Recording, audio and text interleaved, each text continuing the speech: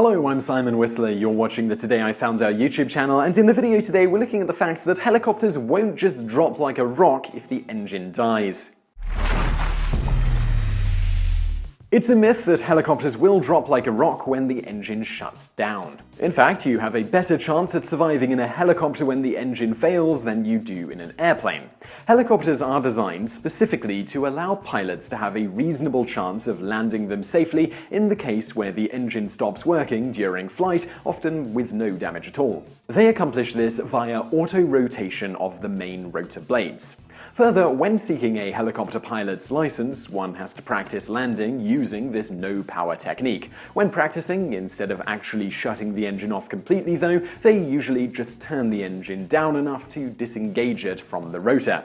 This way, if the student encounters a problem during a no-power landing, the helicopter can be throttled back up to avoid an accident. Given that this isn't an option during an actual engine failure, it's critical for helicopter pilots to practice this until they have it down pat. A landing via auto-rotation is also sometimes necessary if the rear rotor blades stop functioning properly, no longer countering for the torque of the main rotor blades, so the helicopter will spin if the engine isn't turned off. Whether this happens and the pilot shuts off the engine, or in the case of actual engine failure, once the engine drops below a certain number of revolutions per minute relative to the rotor RPM rate, a special clutch mechanism called a freewheeling unit disengages the engine from the main rotor automatically. This allows the main rotor to spin without resistance from the engine. Once the engine fails or otherwise is shut off, the pilot must immediately lower the pitch, reducing lift and drag, and the helicopter will begin to descend. If they don't do this quick enough, allowing the RPM of the main rotor to drop too far, they'll then lose control of the helicopter and will likely not get it back. When this happens, it may well drop like a rock.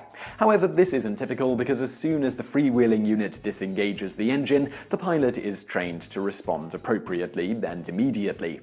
Exactly what the correct glide angle is to maintain optimal rotor RPM varies with different helicopter designs, but this information is readily available in the helicopter's manual.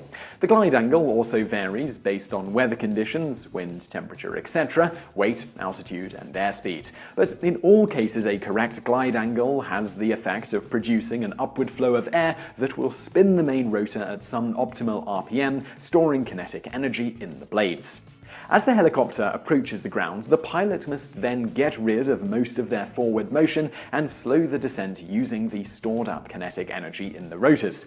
If done perfectly, the landing will be quite gentle. They accomplish this by executing a flare, pitching the nose up at the right moment. This will also have the effect of transferring some of that energy from the forward momentum into the main rotor, making it spin faster, which will further allow for a smooth landing. Because the flare will often need to be somewhat dramatic, the tricky part here is making sure that the rear of the helicopter doesn't hit the ground. Ideally, the pilot executes the flare, hopefully stopping most all the forward motion and slowing the descent to almost nothing, then levels the nose out just before touchdown. Auto-rotation may sound like a fairly complex and difficult thing to do, but according to one instructor, it's really not that difficult compared to a lot of other aspects of flying a helicopter. In fact, he stated that most students have a lot more trouble when they first try things like hovering than they do when they try a no-power landing. Granted, this is partially because students don't try auto-rotation landings until they are near the end of their training, so they are more skilled than when they first try a lot of other maneuvers, but still. It's apparently not nearly as difficult as it sounds, and most of the problems students have just stem from being nervous at descending at a higher than normal rate.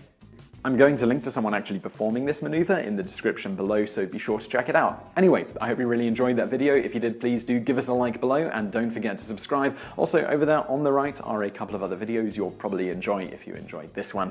And thanks for watching.